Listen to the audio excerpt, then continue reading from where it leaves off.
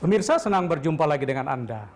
Edisi kali ini kita akan bicara tentang corona dan kapasitas kita. Kapasitas medis, kapasitas leadership, kapasitas ekonomi, kapasitas agama, dan sosial. Tokoh bangsa Bapak Yusuf Kalla akan memberikan asesmen, pandangan, dan masukan guna mencegah dampak buruk dari penyebaran corona. Pak JK, terima kasih banyak atas kesempatannya. Sama-sama. Ini masih turun langsung ke lapangan, saya lihat menggalang kekuatan dengan PMI. Bisa cerita sedikit, Pak JK? Ya, prinsip Palang Merah kan suka relawan. Jadi teman-teman itu bekerja, bergerak karena hati nurani ingin menolong samanya kalau ada susah. Karena itulah saya sebagai ketua juga dan pengurus lainnya harus bergerak bersama-sama. Tidak mungkin kita tinggal di rumah baru yang lainnya mudah-mudah bergerak kan. Jadi, karena memang perlu untuk arahan, perlu untuk pengalaman untuk menyelesaikan soal. Ada berapa ribu sukarelawan yang terjun langsung ke lapangan dan di seluruh daerah, Pak? Ini kita dari relawan langsung kira-kira setidaknya 10.000 di seluruh Indonesia, mungkin lebih malah. Karena tiap daerah juga bergerak. Di pusat aja yang bergerak tiap hari di Jakarta ini kira-kira hampir 5-6 ribuan kan. Bergerak tiap hari. Dari temuan lapangan, apa yang menjadi kekurangan utama ya? Terutama mungkin kita bicara dulu kapasitas medis kita, Pak. Ini kan 3 tahap ya. Tahap peringatan, mitigasi dan sebagainya. Yang kedua ialah pencegahan. Preventif, baru pengobatan kalau terjadi. Dalam seperti ini bersamaan tiga-tiga harus jalan. Tidak ada bahwa step-stepnya ini, tidak ada. Harus bersama-sama pembelajarannya. Dan ini tiap malam Anda lihat di TV, itu bagus. Semua orang sudah paham lah. Saya kira mungkin 99% orang Indonesia sudah paham ini. Karena sudah berbulan-bulan ini. Caranya, ketakutannya, kekhawatirannya, kewaspadaannya sudah mulai lebih tinggi daripada dibandingkan dengan bulan Februari yang lalu.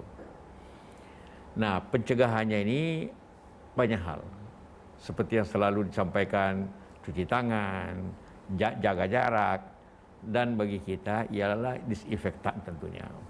Bagaimana membersihkan daripada virus-virus di daerah di tempat-tempat ini semua kita kerjakan secara bersamaan.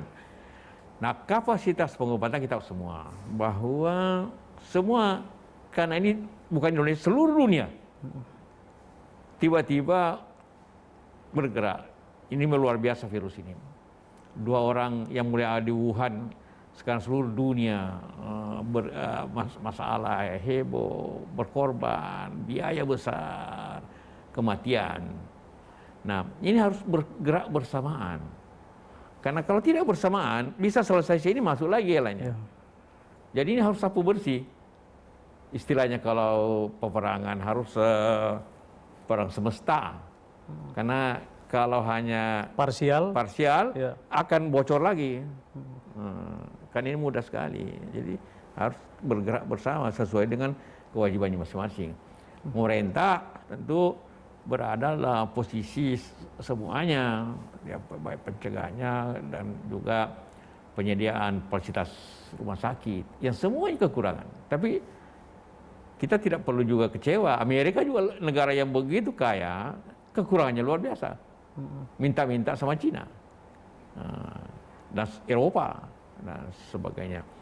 Nah, ini karena itulah maka tapi kemudian timbul juga inovasi-inovasi.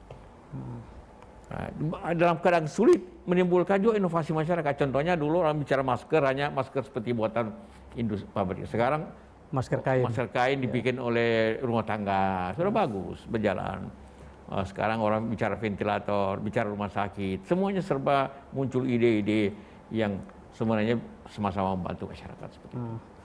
Tapi dengan posisi kapasitas medis kita yang terbatas, katakanlah dari temuan di lapangan ICU kita hanya 4 dibanding 100.000 penduduk ya. Nah, kalau misalkan jumlah yang terdeteksi positif itu mencapai katakanlah di atas 10.000, ini jadi problem besar, Pak. Gimana cara antisipasinya? Pertama, upaya preventif harus keras. Bagaimana yang itu tertahan penularannya. Itu yang paling utama. Preventifnya. Kadang-kadang lupa itu. Orang bicara semua tentang obat, bicara tentang vaksin. Tapi preventifnya gimana? Bagaimana tidak tertular? Bagaimana sterilisasi kota? Nah, ini yang PMI fokus ke situ, sterilisasi kota. Karena itu supaya teori sederhana selalu diucapkan, pencegahan lebih baik daripada pengobatan kan, kuratifnya. Nah ini, walaupun juga karena ini virus cepat sekali, maka orang akan berperang dengan waktu. Jadi dibutuhkan sekarang ini adalah concern kepada waktu, jadi harus cepat, koordinasi dan logistik menjadi bahagian daripada upaya bersama ini. Pak JK, ini ada pandangan bahwa pemerintah kita terkesan lamban dan underestimate dalam menangani corona, tapi kita bahas di segmen berikut. Pemirsa, tetaplah bersama Pak Yusuf Kalla. Dalam pertemuan itu, Pak JK menangkap bahwa Pak Presiden sudah merasa ini situasi darurat atau ini masih biasa-biasa saja nih, Pak? Oh, beliau sudah paham, walaupun juga banyak pandangan yang keliru daripada pemimpin dunia. Jangan bukan hanya Indonesia. Trump mengatakan itu hanya flu biasa.